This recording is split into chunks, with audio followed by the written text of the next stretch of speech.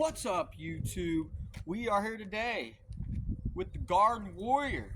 What is the Garden Warrior? Who is the Garden Warrior? What is he about? All your answers in this video. Appreciate you guys for 1K subs. Figured I'd have to rush this video out because, I mean, this is just crazy. I can't thank you guys enough. Alright, let's get it. My name's David. I am 26 years old. You know, I started this channel and I figured you guys really know nothing about me, so we're going to go ahead and make this video. So I grew up in a middle-class family. You know, maybe at the beginning of my life, probably a lower to middle-class family, but probably classified as a middle-class family. And my first memories as a child, to be honest, was when I was about 3 or 4, and in Florida, when my mom was pregnant with my little brother, Will, or Flap. This channel will be linked in the description, but those are some of my first memories, just fishing, and my mom and my dad were together, and we were just in Florida, and Flap was about to be born, and you know, I was a lone child. I'm the eldest son of 5 siblings, and my sister's a lot older. My older sister's a lot older than all of us, so she was out of the house before, you know, I was even thought of. So it's good. It's good. I was just 3 or 4, and my brother was born in Florida, and I remember it because I was just fishing. It was some of my first memories with him, and a little baby on a boat, and I was catching, you know, sharks and, you know, all kinds of stuff. And as some of my first memories fishing with my dad and my mom. And yeah, and that's kind of where my story starts. You know, me and my brother, we grew up as little babies and stuff, and my dad and my mom were together for the first 5-6 years of my life. Fast forward a couple of years to when I was about 7, my dad and my mom ended up splitting up, and that was a big thing for me because I was only 7 and I didn't really understand, you know, why or what was going on. But you know, kids, you know how kids are when that happens. You just go with it. You really don't know. And he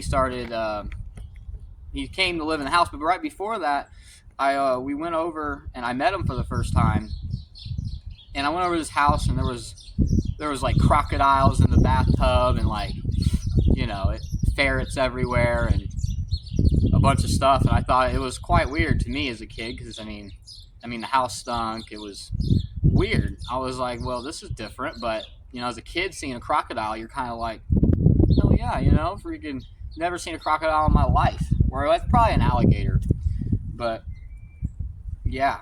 And I was like, okay, well, whatever, you know. And my dad moved to the west side of Indy, and I'd go and visit him every weekend, me and my brother, and that was a normal deal from then on out. It was always going to be with my dad on the weekends and maybe one day during the week. Fast forward another 4 months or so, this guy, and in this video I'm not going to name a lot of names, and I'm going to leave a lot of stuff out. Just because I don't want to, like, incriminate anyone or, you know, put anybody down. That really has nothing to do with my story, and I don't want to talk about people's names, or a lot of people's names, and, you know, stuff with their life. That's their story to tell, not mine. But 4 or 5 months later, my mom walks in the house with a happy look on her face, and me and my brother were just sitting there. Flap was, you know, maybe 3, 4.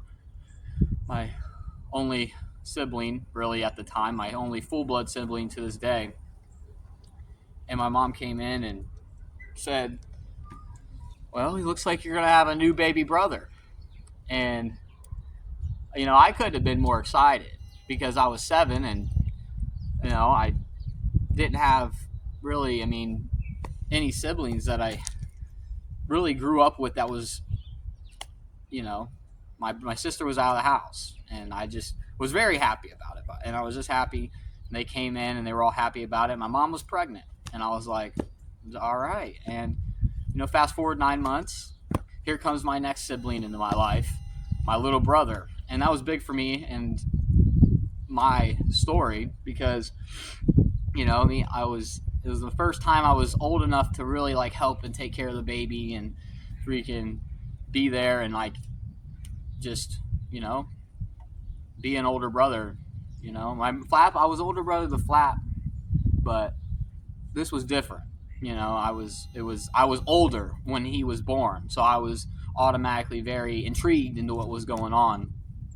Yeah, it was awesome. He was born. You know, there's a lot of pictures me playing with him when he was a little baby and all that, and it was good. Everything was fine, other than my parents being split up.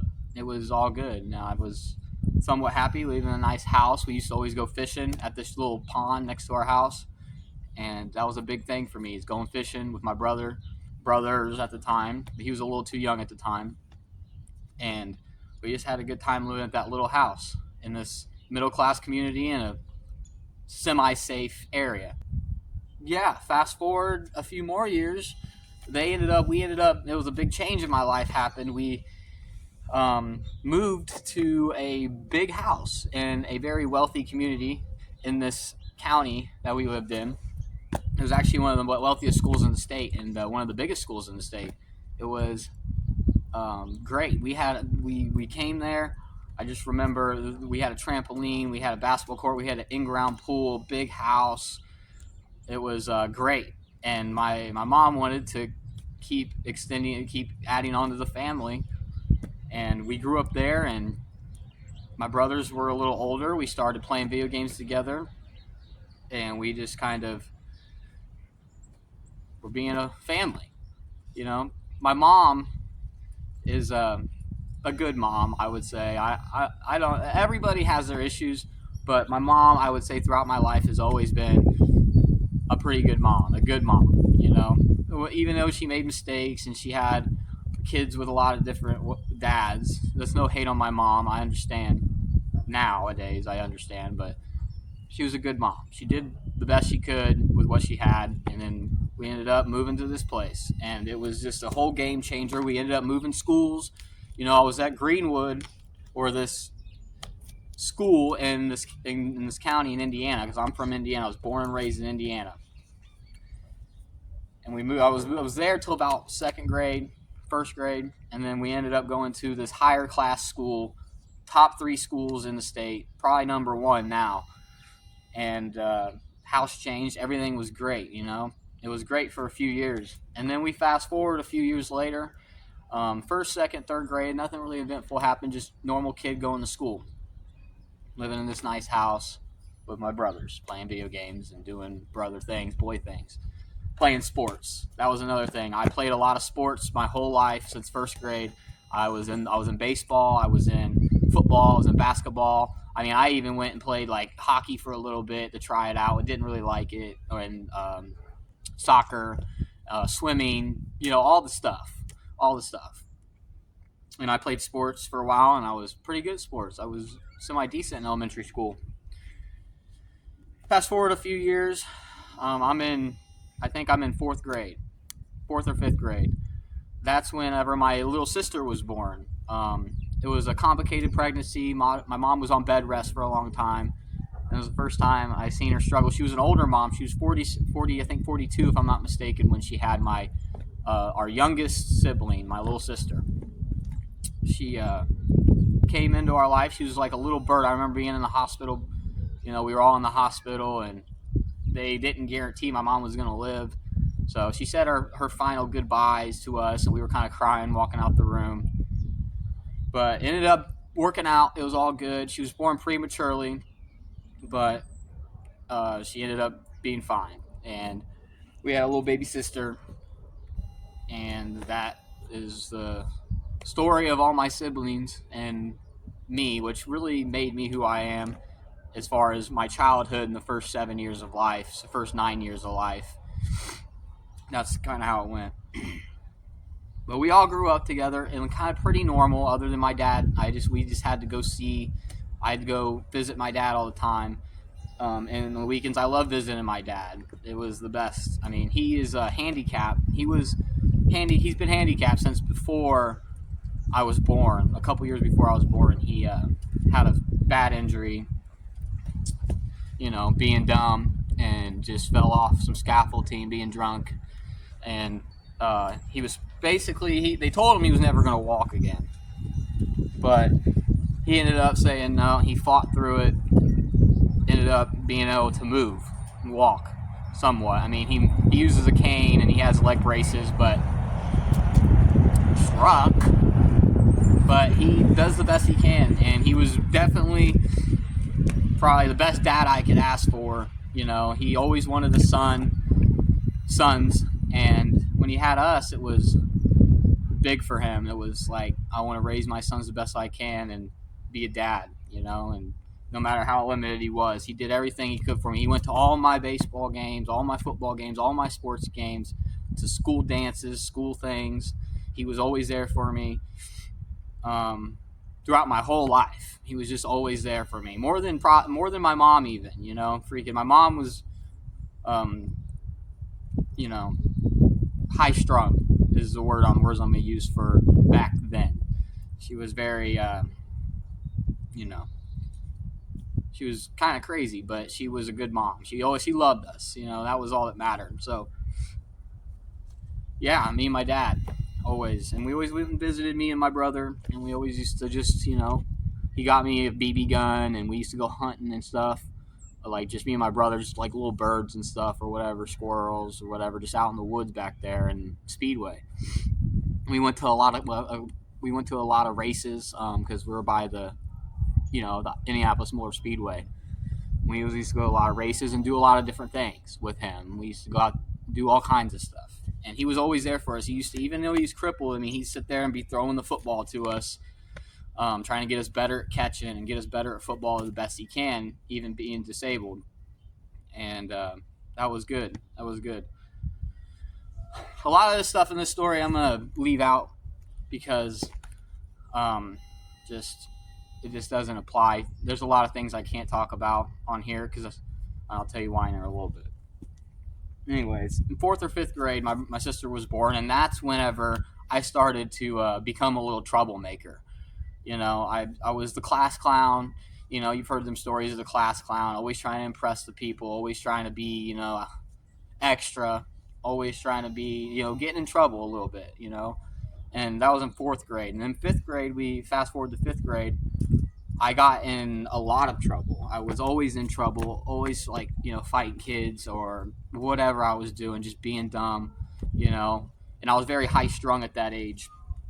And I always got in trouble, and that was whenever my troublemaking started in 5th grade. They even pulled me out of 5th grade and sent me into detention in the 6th grade school I was going to be going to next year, and just to try to teach me a lesson or whatever. But yeah, and that's kind of where my trouble started. I still played sports. I still did all the things. I was in a semi-stable household, pretty stable. Had friends. We were always outside. We always were riding bikes around. We always hanging out. We'd always ride our bikes to our friend's house and go play, and just normal, kid stuff. Just normal stuff. I was kind of a troublemaker. 6th grade comes around, and that's whenever it started to really go downhill for me. I couldn't pay attention to school. I was always focused on the girls and the wrong things, but I did play football. I was still playing football, and that's what kept me on a straight line through 6th grade, most of 6th grade. But after football season was over, I got a chain of detentions and ended up getting kicked out of the school. And I sat there for that year, the rest of the year, and by myself, grounded, and just kind of reflected, like, man, what's going on? And that's whenever shit started to go downhill for everything, the household, and everything started to go downhill. It wasn't just me, I was being a troublemaker, but the household started going downhill. The man that she had my 2 little siblings with, and long story short, the relationship started going into turmoil. And that's whenever a big change in my life happened. All this story is leading up to this. we ended up they ended up splitting up. I'm not going to go into details or anything. It's not important really, but they split up. They lost the house, and we all got split up. He went and took the other two siblings. We lived at our grandma's for a short period of time after that, but he ended up taking those two kids with him. And me and my brother were at my grandma's, and my mom. We didn't have a place. We were at our grandma's, and my grandma was a good grandma, but she was pretty strict with things, and you know how the older generation is. Well, me being a troublemaker, I got kicked out of that one school and went back to the original school I was back before, Greenwood. And actually, back up. That's not what happened. My grandma and my mom put me in a private Catholic school for half a year. All I wanted to do was play football. I was already playing baseball at this league that I didn't have to go to the school to be in. And I made all-star team, and I was playing baseball and just doing good at baseball and basketball and football. But I got kicked out of that one school, so I couldn't play football at one of the best schools in the state anymore. So I was playing football there, and I hated it. I mean, coming from one of the best 6A schools in Indiana, the best 6A school in Indiana, and going to a 1A private Catholic school and playing football, it was a culture shock. All these kids were very sheltered. They hadn't been out. Their parents don't let them out and stuff, and they were very sheltered. And I went from being like the most popular football playing at one of the best schools in Indiana to like bottom of the barrel. Everybody looked down on me because I was just kind of a wild boy, and I had a lot more experiences than them. But yeah, I went to this 1A school, and I was just like begging to get out and go back to Greenwood. I was begging to get out. I was basically trying to get in trouble every day after football season. I stayed straight from football season. That was the one thing that kept me straight in school was football, because that's all I cared about. All I cared about was playing football. Like, that's what I wanted to do. I wanted to play football. And whenever football season was over, I did a chain of events that ended up getting me kicked out of this school, because I was like, I'm not going to be here. I'm not going to do your work. I'm not going to do nothing. I'm going to be bad until you kick me out. All on the plan of going to the school where I knew people from elementary school and middle school. I was going to go to 8th grade at Greenwood. And I ended up doing that. We ended up going to Greenwood. And I made it through 8th grade year at Greenwood with all my buddies. And that's whenever I met a lot of the people that were involved in my life. Hearing a little bit of the story, but I ended up being involved in that. I did a lot of things that I'm not going to talk about at Greenwood Middle School. I'm not going to talk about a lot of things that happened. There's a lot of things I've never talked about with anyone before. And the only people that really know are my dad. And I'm not going to talk about things I was doing in 8th grade, 7th grade, 8th grade. There's no point. I'm currently in the enlistment process, and I can't talk about a lot of things in this video. But it really isn't relevant to why I made this channel. So we're just going to, and who I am. So we're just going to skip past it. The 8th grade comes around. I make it through 8th grade. Being a troublemaker, being a little bad kid and stuff. Just being bad.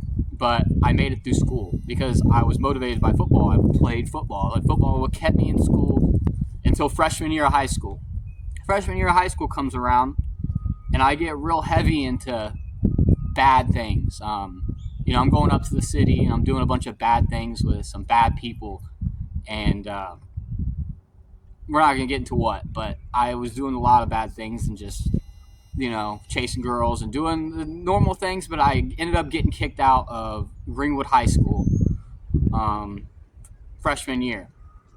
Well, Greenwood didn't want to give up on me because they seen potential in me, because I did, in certain classes, I did do really good when I wanted to, when I applied myself, but just never did really apply myself. And at this time, I was living since 8th grade, I was living with my dad. I ended up moving out of my grandma's and living with my dad. And that was probably the best thing that could have happened with me. My dad was very happy. Didn't know really he was very worried about me and stuff. I was like, it's fine, Dad. Like, this is where I need to be. And you go take me to my football games. And, this is where I need to be. I live in a little apartment with my dad. And freshman year, my little brother ended up coming later. from my grandma's with me to my dad's, and my mom ended up being homeless. My mom went homeless after that, and for her, she lost all her kids. Not losing me in flat, but she lost her other ones for the time being. And we never saw our little brother and little sister for quite a long time after that. So they never really grew up with us. They were in turmoil, and the dad didn't want, whatever reasons, didn't want us to be around them. So, or my mom. So, yeah. And that's kind of the way it went. And I ended up, Greenwood didn't want to give up on me. Back to the original story. I went to an alternative school called The Crossing.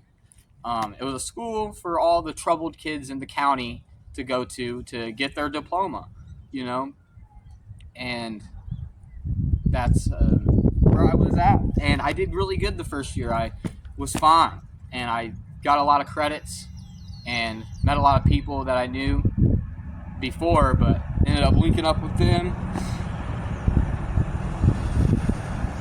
Sorry. Anyways, I couldn't be in sports because I wasn't at official school anymore, and I couldn't do sports anymore. And that's when everything spiraled out of control. My mental state was out of control. I couldn't. Nobody could control me. Nobody could tell me what to do. You know, I was always I know everything. You know, normal teenager stuff. I know everything. You guys can't tell me nothing. I'm gonna do what I want. And that mindset ended up getting me nowhere. And I ended up meeting this girl. You know, I had a lot of girls before that, but this was probably my first true relationship. I mean, how much of a relationship you really had when you're at that age. But I met this girl, and my mom was working at Franklin Nursing Home, and she ended up getting a trailer close to where me and my dad lived. And it was kind of just all goes over there. And me and my friends could do whatever we wanted over there. And I ended up moving from my dad's to over there with my mom. And she was just happy because it was a couple years, none of her kids lived with her. So she wanted me to be there. And she was happy that I was there. Anyway, my little brother stayed, but it was literally right down the street on the same road. Like, so I could easily just go to my dad's, go to my mom's, and just do that. And during that time, I met a girl. I'm not going to say her name, but this girl was very impactful in my life. Not in a good way, but she definitely impacted my life a lot. And I met this girl, and we hit it off, and a lot of things happened. There was a lot of things we did I'm not going to talk about. But anyways, I ended up getting her pregnant at 17. I was 17. And she told me she was 17. She was 15. I come to find out after she gets pregnant and her dad hits me up, I come to find out she's 15. And I was just turning 18 about 5 months later after we found that out. So she ended up getting pregnant, and I realized that, oh God, I'm about to have a kid at 17. So I got my shit. I tried to, we were doing a lot of bad things, and we weren't doing right things at all. But I had some work experience with my dad for my whole life. We were carpentering, doing home improvement stuff. We had a guy that rented out houses, and we'd work on them. Sorry, hold on. I knew like stuff about carpentry, and my dad was a carpenter back before he got hurt. So we used to do that a lot. So I was like, okay, I need to get a job. So I got this job at this Chinese restaurant. I was busting tables, just trying to get money in so I could buy these diapers and formula and, all the stuff you have kids, And my son was born. It was a very big day in my life. I was never the same after I watched a child be born. I was there, right, watching, and it was quite traumatizing for a 17-year-old. I turned 18, but I was 18 years old. I was quite traumatized and fucking like, it changed my life forever when I seen that baby come out. Changed my mindset. It's like, it's not just about me anymore. I have this baby, and I gotta try to do the best I can. But we were doing a lot of bad things, both of us, and we were not in the right state of mind to have a kid, but here we are. We had to deal with it. So we stayed together it was a very toxic relationship, as you can imagine. We stayed together until my child was about 2, for 2 years, and we did a lot of bad things, and just, I'm not going to talk about everything. There's a lot of things I don't like to talk about, and it doesn't matter. But fast forward, my son's 2 years old. I'm doing the best I can. I'm trying to work. I'm doing things, but I'm not doing it right. I'm doing bad things also. And, we split up. I'm not going to talk about why or how. Doesn't matter. We split up. She disappeared. My son, didn't see my son for, I think 4 years. After that, I was just coming off some stuff and was just trying to figure my life out. And I sat in my room for many months, and I learned what the real definition of a heartbreak was. And not only a heartbreak, but not being able to be a dad. And that set me down a path of destruction. Actually, we'll go back a little bit. So when I was 15, 2 years before I met this girl, I made a bad decision in my teenage years that I can't talk about on camera. I can't tell you what it was, but let's just say I made a bad decision and I went to a place at 15.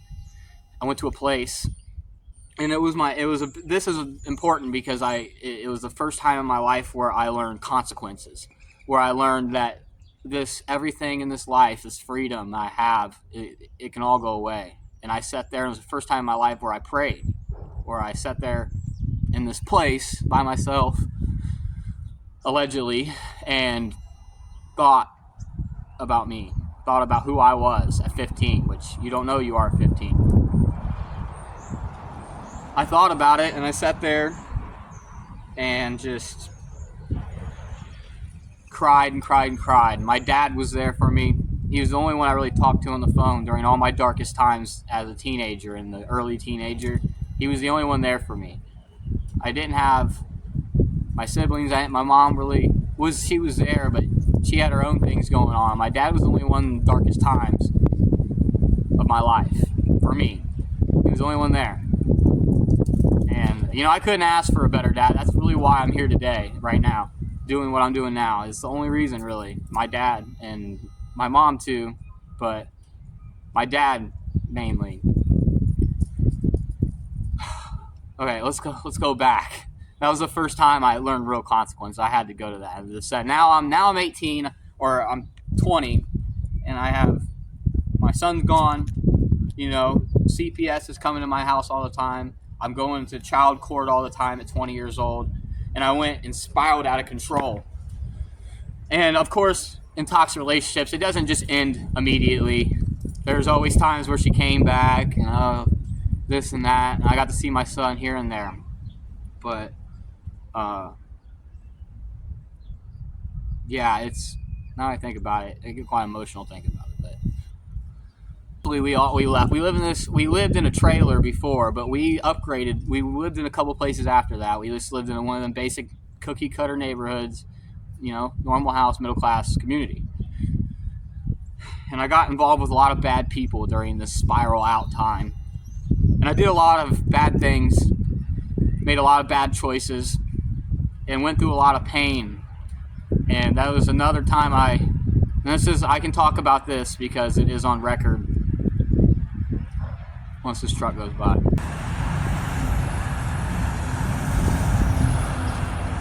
It is on record, so I can talk about this. I got caught up with something, and I went to jail. This was my first time going to big boy jail. I went for a couple months. Not long enough. That was another time I broke. My dad was there for me. My dad already been through all this stuff and all that, and everything I went through in my life, my dad already did and guided me through everything hard I went through in my life.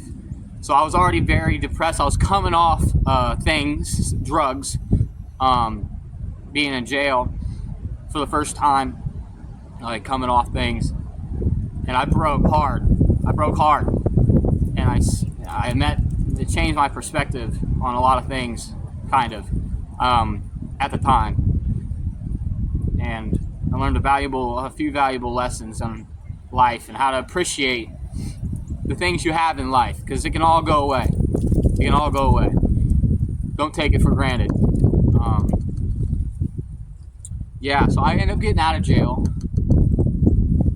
and I fall right back into my old habits. I fall right back into my thing of my bad decisions. We're going to leave it at that. And bad. I was just a bad person. Never, I quit my job. I was not working. I was making money, doing a lot of bad things. And that's when we get to the present story of me. I ended up getting in trouble with the law again. All right, wind. I'm sorry, guys. This wind. And this is when my present story starts. Not really present, but where my life started to change. I lost my son. I didn't have anything really. I lost my job. I was coming off of things. Just making bad decisions. It's a trend, in my life. And I wasted a lot of time in my life. I was 22. I remember I was 22. And finally, I was just broke. I just was broken at my mom's house. And my mom was there for me and broken. And I went through a lot of pain and suffering with the jail and the heartbreak and the, bad decisions. And that really forged me into who I am today. This beginning stages of these decisions and pain really forged me into this very just hard-hearted person, which I became. And I just continued down that sad path of just being sad, and I didn't want to do anything. I didn't even want to muster energy to get out of bed. I just was crying myself to sleep, and he couldn't even really sleep really for a couple of years. And I got in trouble with the law again, and I can talk about this. I got caught with 8 Xanax. That was, I'm not going to say that because I'm in the recruiting process right now, but I'm in 8 Xanax, and this was a big turning point. It was my first misdemeanor, the highest misdemeanor, and I got caught with that, and then went to jail and got bonded out. Ended up, I just said, no, I'm not going back to jail. I'm going to sit out here and keep making bad decisions. And I ended up getting my first warrant out for my arrest. I got a warrant out for my arrest, and they put me. I was in jail for a while, and I took a plea for probation, and I got out on probation, and then went right back to the bad people, the bad things, the city, the drugs. Went right back, and didn't go to probation. Ended up putting another warrant out for my arrest. Around this time, I think this is relevant to my story, to be honest. I think it's relevant. My little brother, I haven't seen my siblings for 9 years, or at that time I think it was about 6 years or so, around 6 years. And I start talking to him on. Brooke came back in my life for a short period of time. At that point, I had a warrant out for my arrest, and I ended up going, and his dad didn't want anything to do with my mom or anything about that. So I ended up going, and we made this plan for him to come see his mom and us again. And I ended up going to do that, and I went and got him, and he got off. However it happened, I'm sure I'll link his channel down here. He's actually already linked on my description. We ended up seeing him for the first time in 6 years, and it was kind of probably a culture shock to him. He was just happy to be there, and he wanted to see us for his whole life, and that's what happened. And I ended up getting a restraining order from his dad after I took him back, until he was 18, or 18 or 17 or whatever. I think his dad pulled it off a little early. I think pulled the restraining order off, but that's relevant to my story because that's the first time I got to see my other siblings again, or a sibling, and it gave me just, it just reminded me of everything that happened because I kind of done forgot about it. It was so many years, I just didn't really think about it that much anymore. I had my own stuff going on. But anyways, that happened. I just had to put that in there. But anyways, Brooke was back around for a little bit. Toxic relationship. She left again. Couldn't see my son again. My son was there back and forth for a little bit, and he was young, so whatever. But I was trying to be and then when he came back, I was always trying to get my stuff together, but I just didn't know how. I didn't have any help really. Like, I had support system, but I never had help or how to, do it. And I couldn't do it with the current people I was around. I was around the wrong people and doing bad things. And this is when everything changed for me. I'll let LTG tell his story, or Michael tell his story when it came to me dropping him back off at that house after I took him. That's his story to tell. I didn't see him again for a few years. Let's just say that. And we'll get to that. But I ended up having a warrant out for my arrest still. I didn't have my son, and then I broke again. I broke again mentally. I just broke. And there's a lot of pain I went through. And I was realizing that I was 21. I had no job, no plan for the future. My son's gone. I'm coming off of drugs, and I kept going back and forth trying to get off drugs and keep going back on, getting off, and fucking, sorry language, and just sad.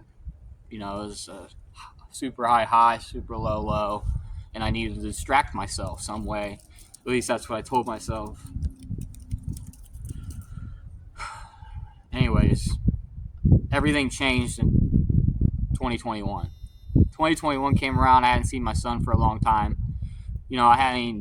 I stopped. I went to the hospital in the year before. Fentanyl was starting to become a big thing. I went to the hospital for reasons I'm not going to talk about because in my current situation I can't. Allegedly, I went to the hospital for an overdose, but allegedly it did happen. But that's when I stopped.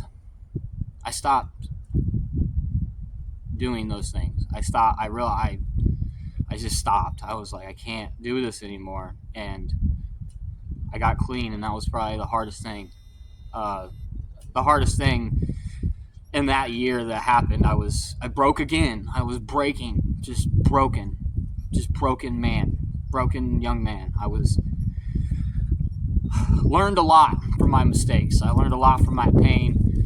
Learned a lot from people that betrayed me. Learned a lot. I lived a lot of life for somebody that young, going through a lot. I can't sit here and complain because it's what made me who I am. And this is when my current story starts. Why I made this channel, why I do what I do. In 2021, we ended up moving. My mom ended up purchasing my mom and her husband, which is a good man. He's a good man. Everybody has their issues, but he's a good man, and he takes care of her. And they ended up buying their the first house since back in the day at that road when we were all together at the big house. She ended up buying her first house in the semi-country And my gardening arc, I was always into plants and gardening, but I was always also into the wrong things, and I didn't have the space to do it. But I did do a little bit of gardening throughout my whole life. And we moved to this house, and I'm broken. I'm a broken person. I'm trying to do the best I can, but heal. I didn't have any purpose, and every young man needs a purpose, and I didn't have one. I didn't have anything. I had nothing other than my mom, and then we moved here. And when we moved here, that's when the healing started. I started healing myself. I got into gardening.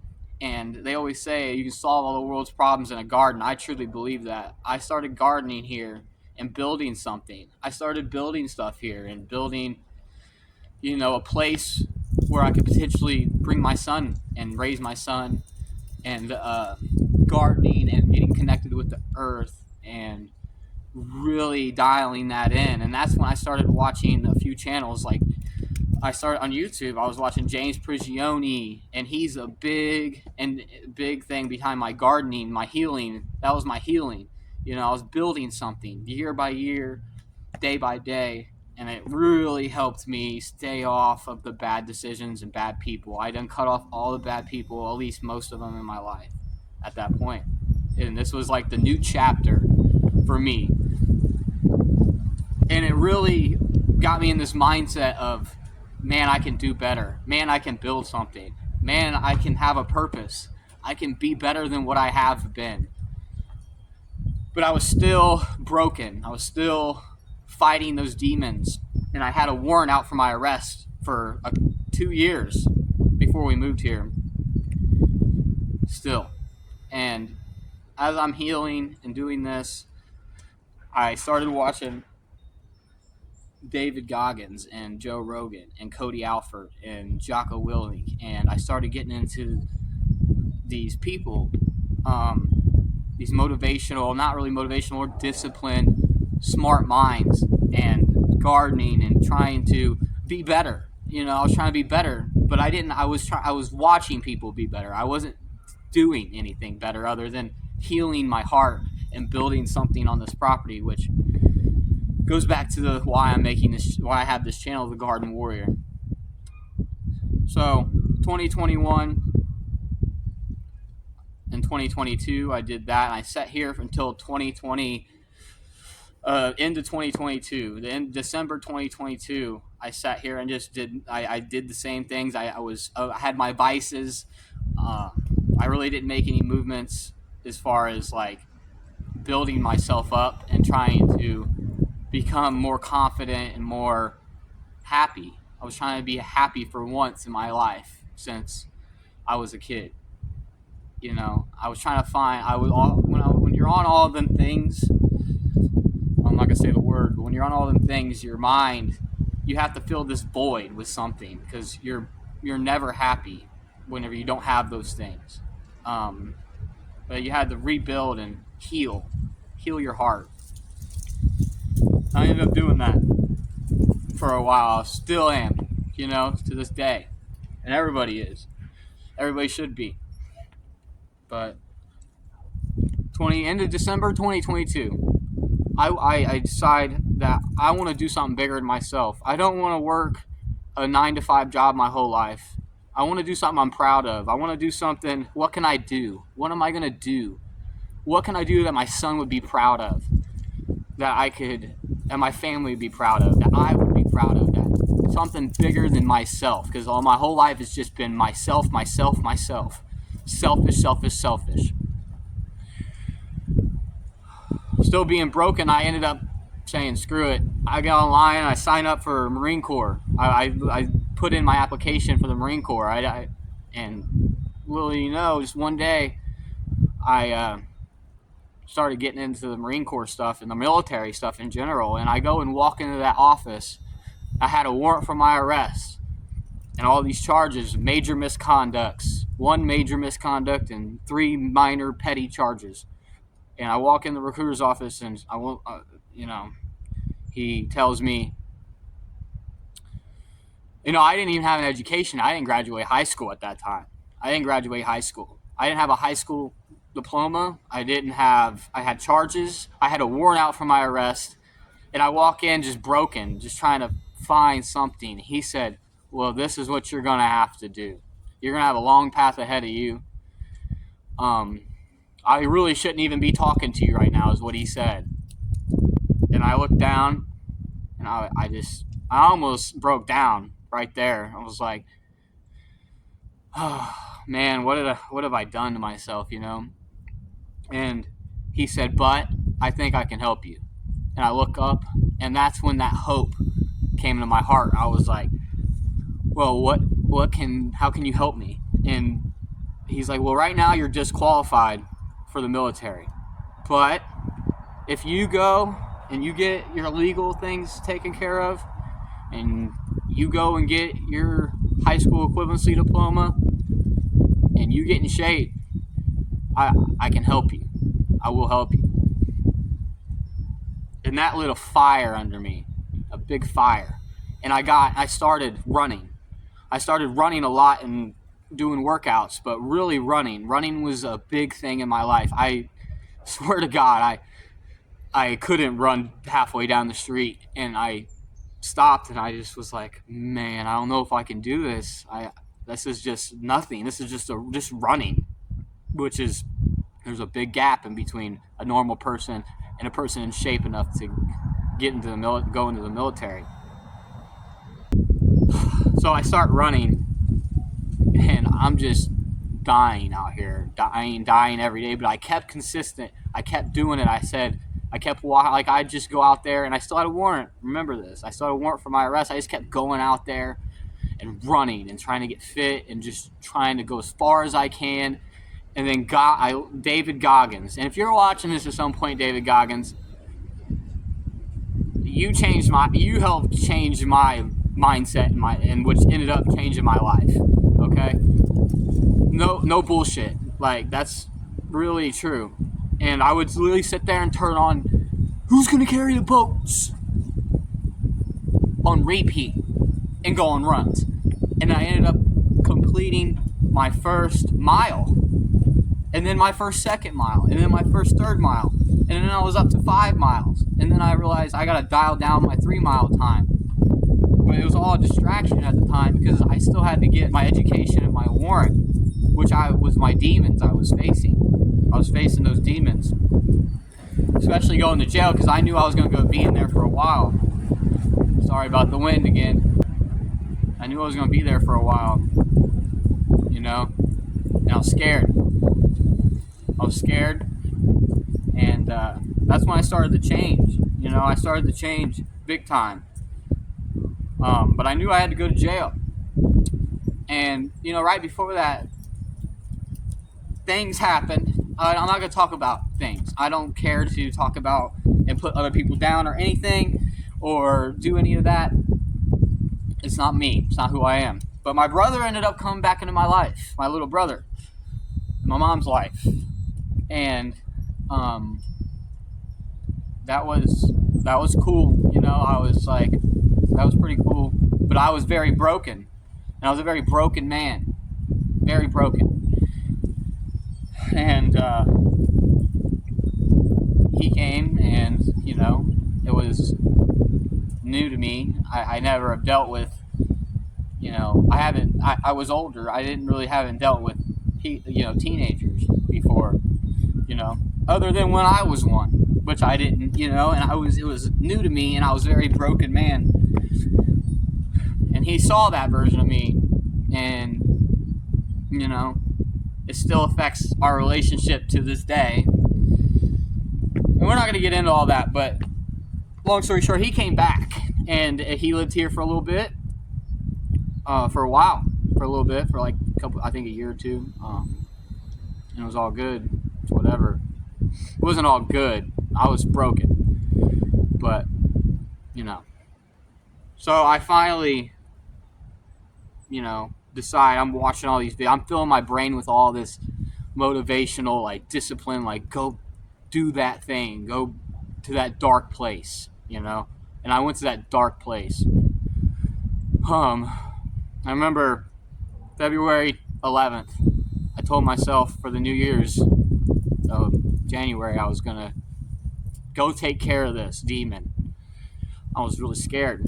I was super scared, because I knew they weren't going to let me out. So, I was going on runs. I was in good shape at that point. I was working out. I was going on runs. And I just remember the day before, I went on a long run. It was a long, 8-mile run. I just couldn't stop running because there was so much going on in my head. There was nothing, no pain I could feel that was worse than what was going on in here. And I just was crying. I was in the middle of my run just crying, knowing I'm going to turn myself in.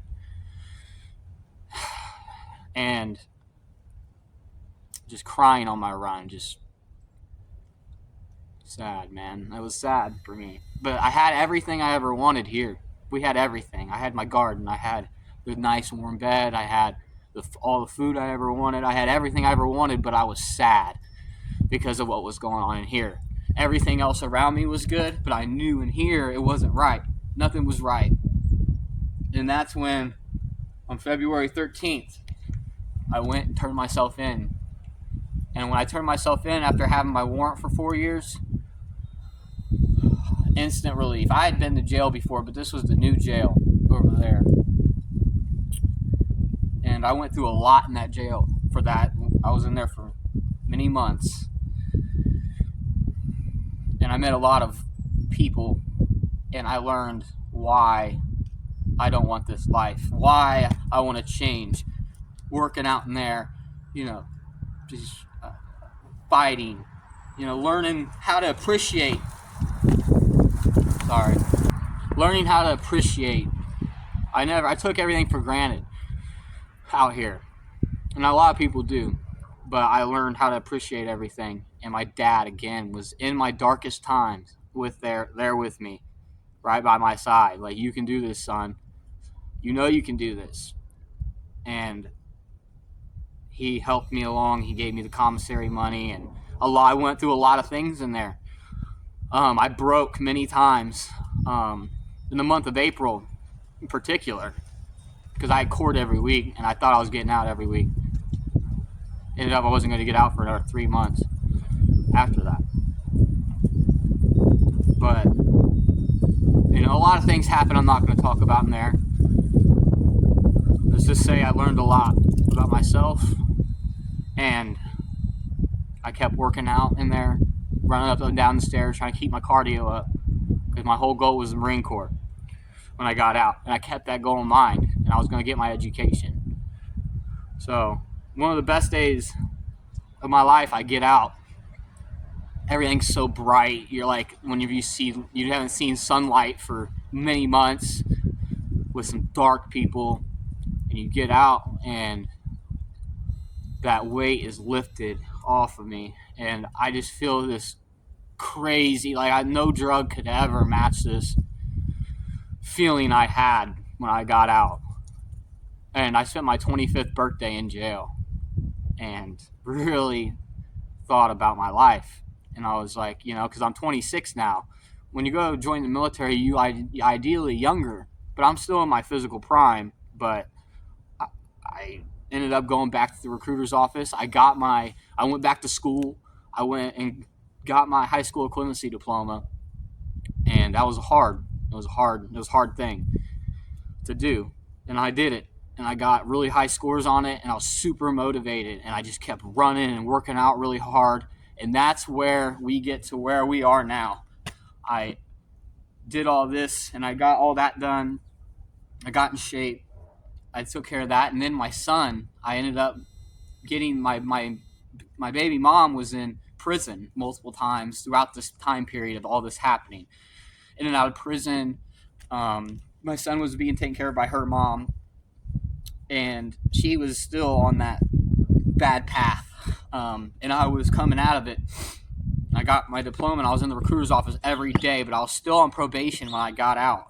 So I had to complete probation, and I ended up completing probation. Had a lot of money I needed to pay. I completed probation and got discharged from probation. Had my education, and went to the recruiter's office, and I sat there for many weeks, for hours, doing paperwork, going around the city, getting a bunch of paperwork and original police reports and education verifications. And he put together my moral package for my waiver, that I'm going to need, my moral waiver. And he put it together, and we sent it off after I got off probation. And, it's about 7 months later to this day, right now, that I'm waiting. I'm not going to give up hope and for the Marine Corps. I don't want to give up for the Marine Corps. I know the Army will take me no matter what, but I really wanted to be a United States Marine, and that's something I'd be really proud to be a part of, that legacy. And so I stay in shape. I'm in very good shape, better shape. I feel better than I ever have when I was 18, 19, 20, 21. I feel better than I ever have my whole life. Better shape than I ever have been in my whole life. I stay in shape, as you guys see with my shorts and my videos.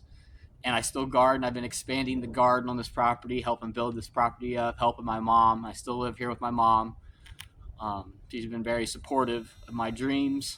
And my dad, I wouldn't be here without my dad, period. I just wouldn't be. I have a great dad. And that's just one of the things I'm super thankful for, along with many other things that I'm thankful for. And now I'm sitting here, and I quit doing all the weed and the drugs and even alcohol this year. I quit alcohol this year, and that's one of my things I'm going to do. I'm really locked in on this. And soon I'm going to go up to the Army too, because it's been 7 months. So I'm going to go talk to my recruiter too, and we should be able to get in the first or second quarter of this year. And staying on that straight line, staying away from bad people, bad decisions, just trying to still healing every day. I'm healing, and I'm happy now. I'm super happy, and I'm so happy with the garden and just the house. And my son was back in my life for about 6-7 months. When he was 7, he finally got to meet his dad, and actually meet his dad when he was older, not 2 years old. And he really looked up to me, still does. We went on runs together. I was doing all the schoolwork with him. I went to school dances with him, and played football with him, and fished with him, and did everything I wanted to all these years. And he came back when he saw his dad being Superman, pretty much. He really loved being around me. He always wanted to be here, and that created a lot of jealousy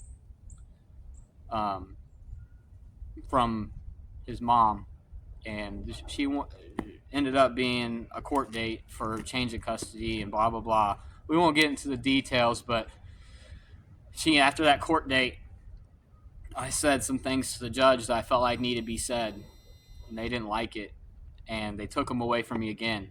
So, but this time, I know that my faith, I truly believe that it'll all work out in the end. Everything happens for a reason.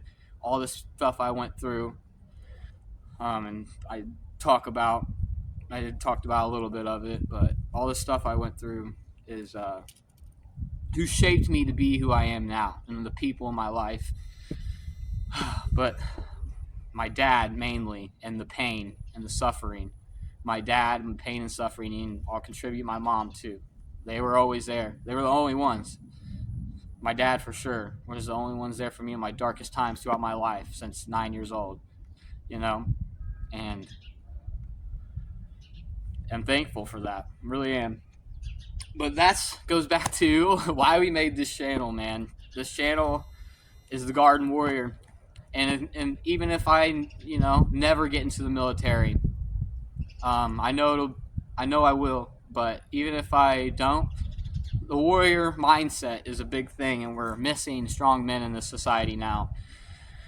And you can have a warrior mindset and be a warrior without going to the military. And I'll keep this channel name, but I truly believe that that's my destiny. And maybe my son also came, I think my son would be very proud of that. And really, he already looks up to me, but I think as he grows older, he'll really you know, be proud of that, and I would be proud of it, and everybody would. But considering where I've came from, but that's my story. That's the story of me, and this channel is going to be. That's some of the story of me, but this channel is going to be. This channel is going to be gardening. It's going to be military fitness, just mindset stuff. It's going to be a lot fishing, nature, because I love fishing. I love nature. I love hunting. I love all that stuff. And I love just being American. Just being proud to be American. Live up to our forebears and what they envisioned this country to be, and the men to be, and the women to be, and just the people. And I really grown with that mindset, and I'm really riding with it. I'm really riding with it because I really truly believe that's what's right. And if you're watching this, I know this is a long video, but I feel like it's necessary. Even if you clicked off whenever, it's fine. I had to get this video out. Just had to. But I hope you guys enjoyed this video.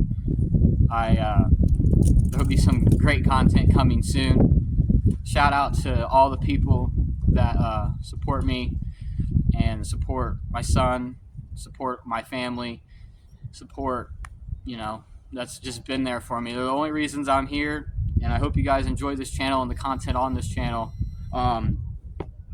Shout out to David Goggins. Shout out to James Prigioni. I know it's two opposite ends of the spectrum. Joe Rogan. Shout out to my two brothers. Their YouTube channels are in my channel description. And till next time, guys. Peace.